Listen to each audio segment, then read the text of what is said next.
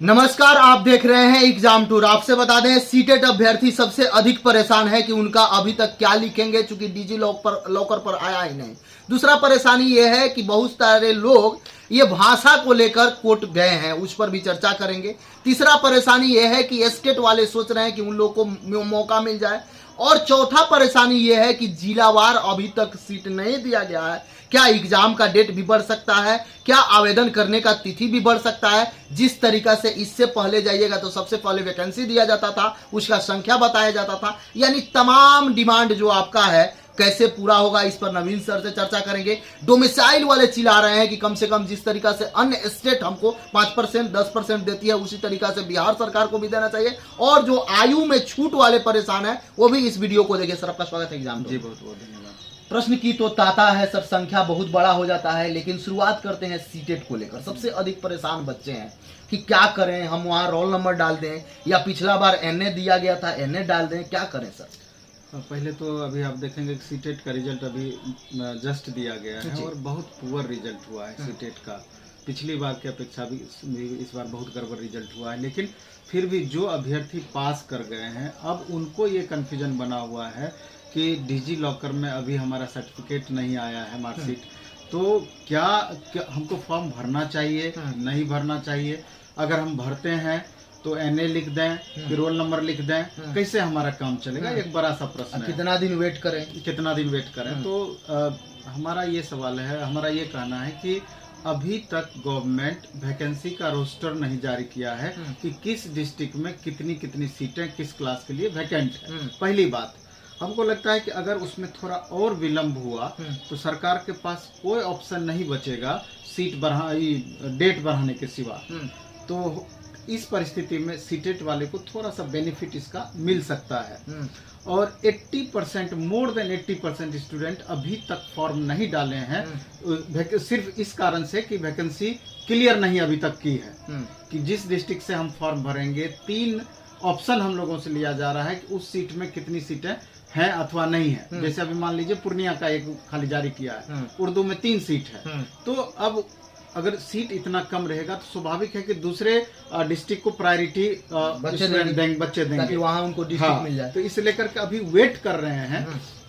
तो इसी संदर्भ में हम कहना चाहते हैं कि जब इतना आप वेट किए हैं सीटेट वाले बच्चे को खास करके, तो 2 दिन तो ऐसे भी लेट फाइन के साथ रखा गया है। 2 दिन तो आप वेट कर लें, आज वेट कर लें, कल वेट कर लें। संभवतः हो सकता है कुछ एक्स्ट्रा पैसा लग जाए, लेट फाइन के साथ आप भरें। अगर समय नहीं बढ़ाती है तो नहीं, तो हमको पूरा विश्वास है कि अब जो परिस्थितियां बनी है वो जरूर निश्चित रूप से डेट कुछ न कुछ बढ़ाएगी। और कुछ इसमें शिक्षा विभाग को या बीपीएससी को क्लियर करना चाहिए कि ऐसी परिस्थिति में सीटेट वाले छात्र क्या करें। कम से कम अतुल प्रसाद सर थे तो वो ट्वीट के माध्यम से, जब ढेर सारा वीडियो बनने लगता था, इस तरह से मीडिया में बातें जाती थी, तो वो लगातार मीडिया को वॉच करते रहते थे और एक ट्वीट करके समस्या छात्रों का सॉल्व करने का प्रयास करते थे। लेकिन अभी कुछ भी इस तरह का प्रतीत नहीं होता है कि पता नहीं क्या करेंगे नहीं करेंगे। जो नए चेयरमैन को तत्काल जिनको बनाया गया है, तो पता नहीं उनका ध्यान है कि नहीं है। तो हम छात्रों से थोड़ा सा सब्र करें, हो सकता है कल परसों में कुछ न कुछ शिक्षा विभाग या बीपीएससी से कुछ इसके रिगार्डिंग खबर आ जाए आपको। सर, एस्टेट वाले भी परेशान है, 3.5 लाख हैं, वो ये सोच रहे हैं कि हम लोग को मौका मिल जाए। आयु में छूट वाले परेशान है, बहुत सारे लोग TRE 2 पहली बार दिए या TRE 1 दिए, उस समय 10 साल का छूट दोनों में मिला था, इसमें नहीं मिला। बहुत परेशानी है सर। नहीं, एस्टेट वाले के संदर्भ में हम कहना चाहते हैं कि एस्टेट वाले को तो मौका मिलना ही चाहिए, क्योंकि उन लोग का ऑलरेडी दिसंबर में फॉर्म भराया जा चुका है। अब चौथा डम्मी एडमिट कार्ड भी उन लोग का जारी कर दिया गया है मार्च। केवल डम्मी, सिर्फ डम्मी ही लगातार जारी किया जा रहा है। अब देखना है कि उन लोग का भी एग्जाम समय पे होता है अथवा नहीं होता है। हमको लगता है कि कम से कम एस्टेट वाले छात्रों को अपियरिंग में जरूर मौका देना चाहिए, क्योंकि ये 3.5 लाख छात्र 100% डिजर्व करते हैं, इसके लिए 100% डिजर्व करते हैं। अभी देखिए सरकार की क्या मंशा रहती है इस संदर्भ में। आयु में जहां तक आप छूट की सवाल करते हैं, तो आप देखिए कि 2013 से लेके 2022 तक 2013 से लेके 2022 तक 9 साल कोई वैकेंसी नहीं आई टीचर की, 9 साल। और यही कारण रहा कि TRE 1 में और TRE 2 में दोनों में 10 साल का एज का ग्रेस दिया गया, दोनों में 10 साल का एज का ग्रेस दिया गया। तो टीआरई 3 में क्यों हटा लिया गया 10 साल के एज के जब ग्रेस 3 को? अटेम्प्ट है तो उनको कम से कम दीजिए। निश्चित रूप से उनको देना चाहिए था। यहाँ तो सरकार को फुर्सत ही नहीं है अपनी सत्ता बचाने, या फिर जो पॉलिटिकल अभी जो सीन चल रहा है, जो क्रिएट हुआ है, उससे फुर्सत ही नहीं मिला है। क्योंकि अभी अगर इन लोगों का संख्या बल रहता, ये लोग संख्या में शिक्षा विभाग जाते, तो हो सकता है कि शिक्षा विभाग में का ध्यान थोड़ा सा इस मामले में खुलती और कुछ न कुछ नोटिस निकाल करके इसके रिगार्डिंग कुछ न कुछ निर्णय लेती। पिछली बार आप देखे होंगे कि लास्ट मोमेंट में बार बार डिसीजन ले रही थी शिक्षा विभाग, और वो बीपीएससी को भेजती थी और बीपीएससी लगातार चेंज कर रही थी। तो इस बार ऐसा अभी तमाम कुछ भी बातें निकल करके नहीं सामने आ रही है। हम तमाम वैसे अभ्यर्थी को, लगभग 1 लाख प्लस ऐसे अभ्यर्थी हैं, 1 लाख अभ्यर्थी हैं जिनको के एज के छूट के कारण जिनको दिक्कत हो रही है। तो इन तमाम अभ्यर्थी से हम कहते हैं कि आप लोग 10-20 की संख्या में लगातार आप शिक्षा विभाग जाइए, और हमको पूरा विश्वास है अगर 2-4 दिन लगातार 2-3 दिन आप दौरा करते हैं तो कुछ न कुछ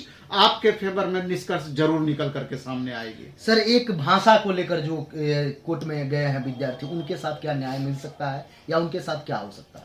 नहीं, भाषा के अलावा भी अभी एज के प्रॉब्लम को लेकर के भी बच्चे अभी कोर्ट में जा रहे हैं। और भाषा वाला में जस्टिस अनिल कुमार सिन्हा इनको इस मामले को देख रहे हैं, तो भाषा के संदर्भ में गए हैं। अब तो ये आगे आने वाले दिन में पता चलेगा कि इसका प्रभाव कितना रहना है। तो ये छोटी छोटी बातें हमको लगता है कि इस पर आप देखिए लगातार बच्चे अभी भी बीच बीच में डोमिसाइल हल्ला करते रहते हैं। तो जब बिहार में बेरोजगारों की इतनी बड़ी फौज तैनात है, इतनी बड़ी फौज है खरी बेरोजगारों की, तो आप अदर स्टेट में जिस तरीके से कंडीशन लगाया जाता है 5% 10% का, वैसा कुछ किया जा सकता है। लेकिन थोड़ा सा हमको लगता है कि बिहार के बच्चों के साथ यहाँ पर इस मामले में दिक्कत हो रही है। अलग बात है कि बिहार के छात्र बाहर जाते हैं एग्जाम देने के लिए, बाहर से भी छात्र आते हैं, लेकिन ये जो टीचर वाला, हाँ, लेकिन टीचर वाला जहां तक मामला है, तो जिस तरीके से अदर स्टेट में किया जा रहा है, हमको लगता है कि यहाँ सरकार को इसके बारे में गंभीरता पूर्वक सोचनी चाहिए थी इस संदर्भ में। सर, अटेम्प्ट भी बहुत कंफ्यूजन कर रहा है विद्यार्थी। अभी तक जब तक हम लोग वीडियो बना रहे हैं लगभग 2.5 लाख के करीब में रजिस्ट्रेशन हो चुका है। सुबह तक की बात करेंगे तो 2 लाख प्लस हुआ था, अभी तक 2.5 लाख से ज्यादा ही हो गया होगा। विद्यार्थी ये सोच रहे हैं कि 3 जिला ही सिलेक्ट करना है, 3 जिला यदि वहां नहीं मिलता है, टॉपर को भी पिछला बार देखिएगा उनका अपना जिला तीनों में से कोई नहीं मिला, तो वो कैसे मिलेगा, इस पर भी थोड़ा सा संशय है। अटेम्प्ट में क्या हो सकता है? नियोजित को 5 दे दिया गया जो ऑलरेडी पहले से जॉब में है, ये बेरोजगार है, इनको 3 अटेम्प्ट। इस सरकार का कुछ अता पता नहीं चलता है कि क्या कर रहे हैं। आप जब कंपटीशन ले करके बच्चों को रिक्रूट कर रहे हैं, बहाल कर रहे हैं, तो फिर अटेम्प्ट का मतलब क्या है? किसी स्टेट में तो इस तरह की बातें नहीं है।